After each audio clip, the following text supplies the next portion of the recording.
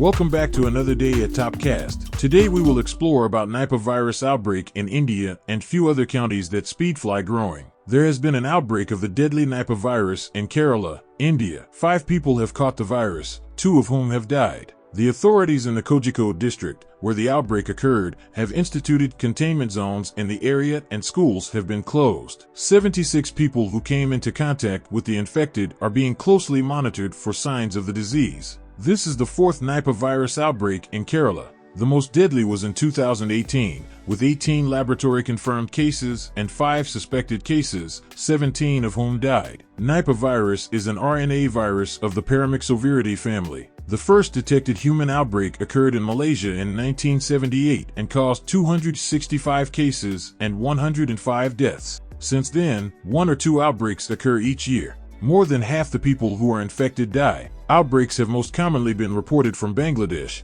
but also India, Malaysia, Singapore, and the Philippines. The proportion of Nipah virus infections that are asymptomatic varies from one outbreak to another and ranges from 17% to 45%. When the virus does cause disease, the main effect is encephalitis. Patients develop a fever and complain of an intense headache, and many will experience disorientation, drowsiness, and confusion. Some patients also develop a chest infection. There are no specific drugs to treat Nipah virus, so medical care is merely supportive, that is, treating individual symptoms and keeping the patient comfortable until they hopefully recover. Some treatments look as though they have potential, at least in animal studies, but few studies have been conducted in humans.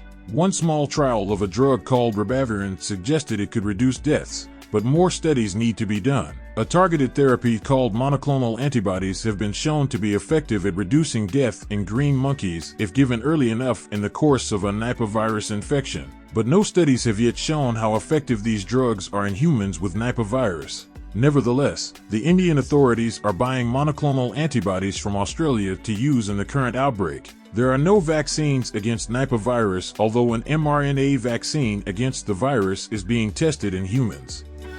How do people get infected?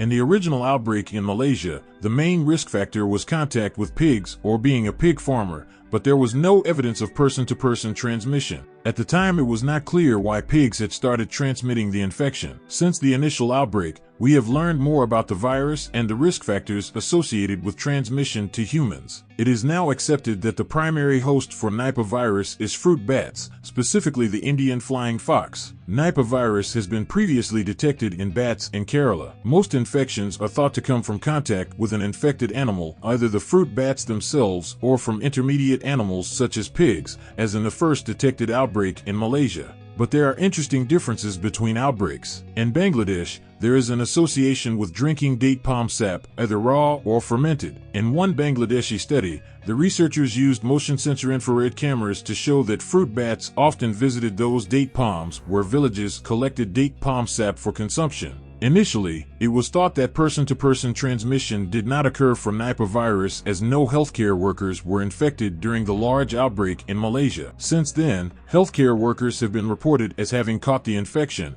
as in this most recent outbreak, where one of the deaths was in a healthcare worker who treated a person infected with the virus. Deadly, but doesn't transmit easily. A study of some 248 Nipah virus infections in Bangladesh conducted over several years concluded that about a third had been caught from another human. The researchers estimated that the R-value, the number of people an infected person is likely to pass the disease to, is about 0.33. Meaning the infection would be unlikely to spread far from its animal source. Although the Nipah virus causes a deadly infection, there is no evidence that it is likely to spread widely outside of areas where people or their livestock come into contact with infected bats. However, outbreaks of Nipah virus may be another indication that habitat loss as a result of human incursion forces greater contact between humans and animals, increasing the risk of animal-to-human transmission. Even though the R-value is low, should infected animals be transported into large cities, the increased population density would increase the risk of person-to-person transmission that could enable the evolution of the virus to become more human transmissible and trigger a new pandemic. Thank you for watching, and stay safe.